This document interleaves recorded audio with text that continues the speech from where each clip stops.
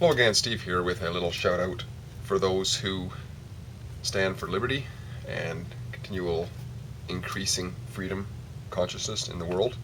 In particular, I want to give a shout out to Jeff Berwick this evening. Jeff Berwick is a guy who lives, as far as I know, most of the time in Acapulco, Mexico.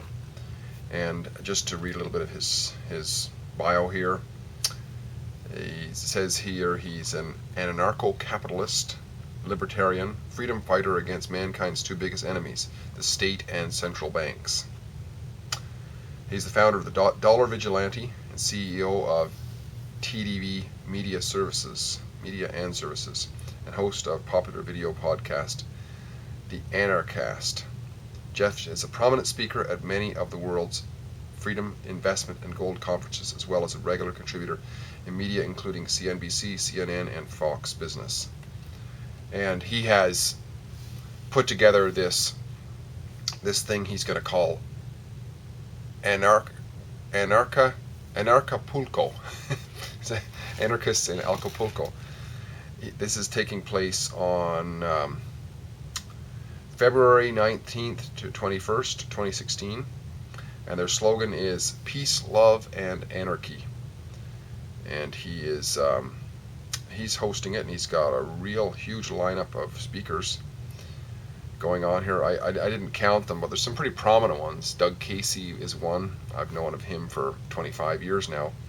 He's been big into the liberty side of things. There's a whole raft of speakers from all sorts of angles on the freedom aspect of humanity, and I think I love the ones that are coming from the heart, really, who are talking about freedom is an inside job. It begins from within, right?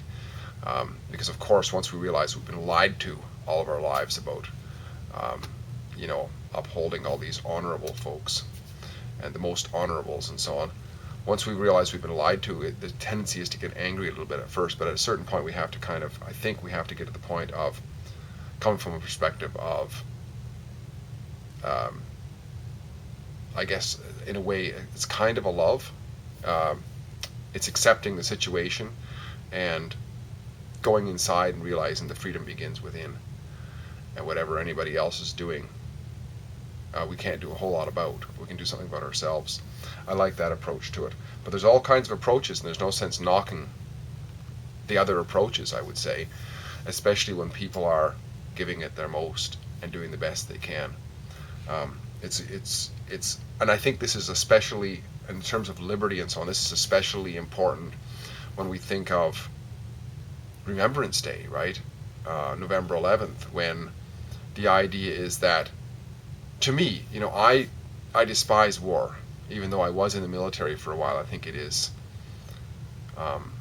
the way it's conducted most of the time, it's aggressive, whereas okay, I'm all about self-defense, no question about it. But the way it's been done has been aggressive, and it's been strings pulled behind the scenes to get people into wars, as I have learned more and more lately.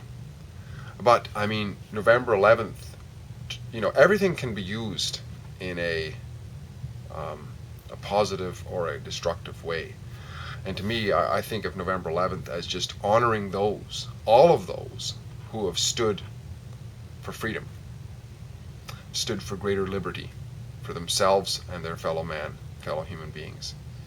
So I think that anarchism, most people have a little bit of an emotional reaction to anarchism, and I did as well too, because of our indoctrination. I would submit that's why. But if we look at what it is, really is, the basis of it is, does anybody else own us? Right? Anarchism is not about no rules. It's about no archons. And archons are people who say, I have the right to rule you. Right? So in a way, like, you're my slave. Right? Or a whole group of people called the Democrats saying, we have the right to rule you because you were born in this area. You're subject to all the rest of us. That is archism, right? Anarchism says that it just questions it. What is your authority to rule over me? right? What an anarchist says is you own yourself and I own myself. Or asks the question, if I've got to do what all these other guys are saying, then what is your claim on me? Do you have an ownership on me? Right? And that's the position of it. That's my take on it anyway. It's not a take of, oh, I know what to do. I know all about this. No, it's more of a questioning. If you're going to say that I got to live by all these rules, then what is the basis of your claim? You Archon, basically, right? Because the Archon is the one who says, I and all this group of people over here have the right and the duty and the nobility to rule over you. And most anarchists have got any sense whatsoever. They certainly want rules. They want the rule of law. The problem is that in democracy and any sort of archonery it eventually deviates away from the rule of law. Because the rule of law means consistency throughout. Consistency, right? Throughout.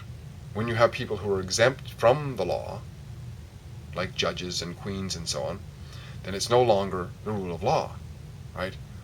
It's the rule of arbitrary dictates for some people and not for others. That's not the rule of law, right? But those who stand for liberty say that it applies to everybody in any position. Everything applies evenly. Or it doesn't apply at all, because it's certainly not law if it's pick and choose. So, just for clarification. Anyways, shout out to Jeff Berwick and his efforts. I want to shout out to as many people as I can who are making an effort to get the idea of freedom out there. Freedom, freedom, freedom.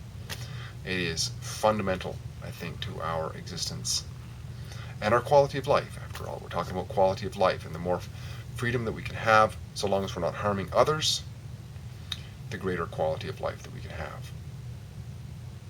Hope this is helpful. Steve here again chatting. Talk again soon. Bye for now.